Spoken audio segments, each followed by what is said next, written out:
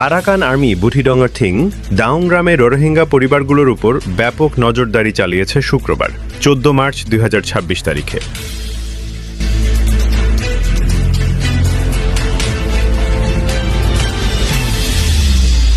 সশস্ত্র সন্ত্রাসী আরাকান আর্মির সদস্যরা আরাকানের বুথিডং টাউনশিপের থিং দাউং গ্রাম জুড়ে সারা দিনব্যাপী বাড়ি বাড়ি গিয়ে নজরদারি অভিযান পরিচালনা করেছে।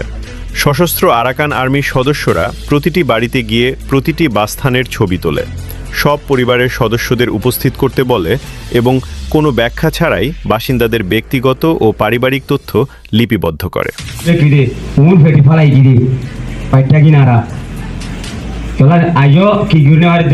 এই কাজটি করা হয়েছে কোনো বেসামরিক বা মানবিক সংস্থার তদারকি ছাড়াই।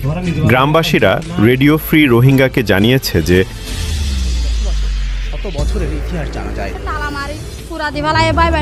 এই অভিযান সকাল থেকে শুরু হয়ে সারা দিন ধরে চলেছে। একজন রোহিঙ্গা বাসিন্দা বলেন, তারা আমাদের বাড়িতে এসে ছবি তুলেছে। তারা জিজ্ঞেস করেছে আমাদের পরিবারে কতজন মানুষ আছে এবং সবার পরিচয় পরীক্ষা করেছে। আরেকজন গ্রামবাসী নিশ্চিত করে বলেন, তারা গ্রামের প্রতিটি বাড়িতে যাচ্ছে। মানুষ ভয় পাচ্ছে কারণ আমরা জানি না কেন তারা এই ছবিগুলো তুলছে।